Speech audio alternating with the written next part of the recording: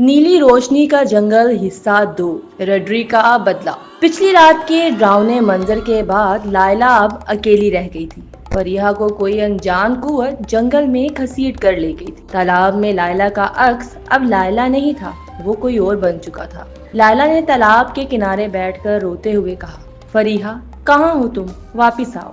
لیکن صرف ہواؤں کی سرگوشیاں سنائی دے رہی تھی اور ہر طرف درختوں کے پتوں میں سے سرخ آنکھیں جھانک رہی تھی۔ اچانک پیچھے سے ایک بھاری سی آواز آئی، اگر تم اپنی بہن کو واپس چاہتی ہو تو قربانی دو۔ لائلہ نے مڑ کر دیکھا، ایک پرانی جھکی ہوئی عورت کھڑی تھی جو بوسیدہ کپڑے پہنے، ایک خالی آنکھ اور ایک خون سے بھرپور ہاتھ کے ساتھ اسے گھور رہی تھی۔ عجیب بات یہ تھی کہ عورت کی چھاؤں تالاب کے پانی میں الگ نظر آ رہی تھی، جیسے دو مختلف وجود ہوں۔ لائلہ نے ڈرتے ہوئے پوچھا، کون سی قربانی؟ عورت نے ہنستے ہوئے جواب دیا، اپنا عکس توڑو، اپنی سچائی چھوڑو، اپنی روح کی روشنی مجھے دے دو۔ لائلہ سمجھ گئی کہ رڈری اس کی جگہ لینا چاہتی ہے۔ اگر لائلہ اپنا عکس توڑ دیتی تو وہ ہمیشہ کے لیے جنگل میں قید ہو جاتی، لیکن اسے اپنی بہن کو بچانا تھا، چاہے کچھ بھی ہو جائے۔ اب جنگل بدلا بدلا سا تھا، ہر طرف سے درخت حرکت کر رہے تھے، زمین پر دراڑیں پڑنے لگی، نیلی روشنی اب خون جیسی سرخی میں بدل رہی تھی۔ لال ہوائیں، ٹوٹی ہوئی سرگوشیاں اور درختوں سے بہتا کالا پانی، جنگل اب لائلہ کا دشمن بن چکا تھا۔ لائلہ نے تالاب کے کنارے جا کر اپنی آنکھیں بند کی۔ اس نے دل میں سوچا، اگر میں ڈری تو میں اپنی بہن کو کھو دوں۔ اچانک تالاب سے ایک ہاتھ نکلا، فریحہ کا ہاتھ۔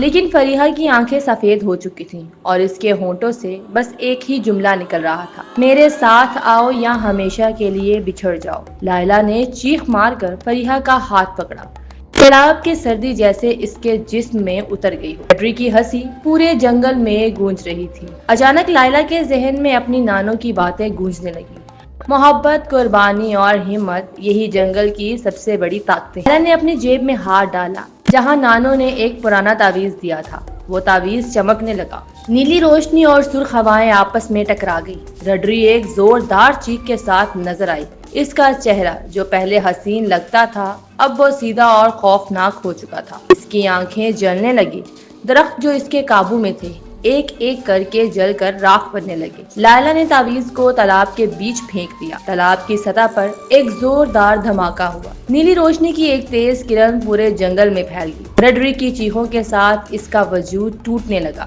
فریحہ بے ہوش ہو کر زمین پر آ گری اور لائلہ نے اسے گلے لگا لیا۔ جب صبح کا سورج نکلا، جنگل پھر سے خاموش تھا، تالاب اب صاف تھا اور نیلی روشنی ہمیشہ کے لیے ختم ہو چکی۔ لائلہ اور فریحہ نانوں کے پاس واپس گئی۔ نانوں نے مسکرا کر کہا، میں جانتی تھی کہ تم جیت جاؤ گی، محبت اور بہادری کبھی ہار نہیں سکتی۔ لائلہ اور فریحہ نے ایک دوسرے کا ہاتھ مضبوطی سے پکڑا، انہیں معلوم تھا کہ اب کبھی اکیلے نہیں ہوں گی، چاہے کوئی نیلی روشنی دوبارہ جاگ بھی اٹھے۔ تو اس طرح سے یہ کہانی ختم ہوئی۔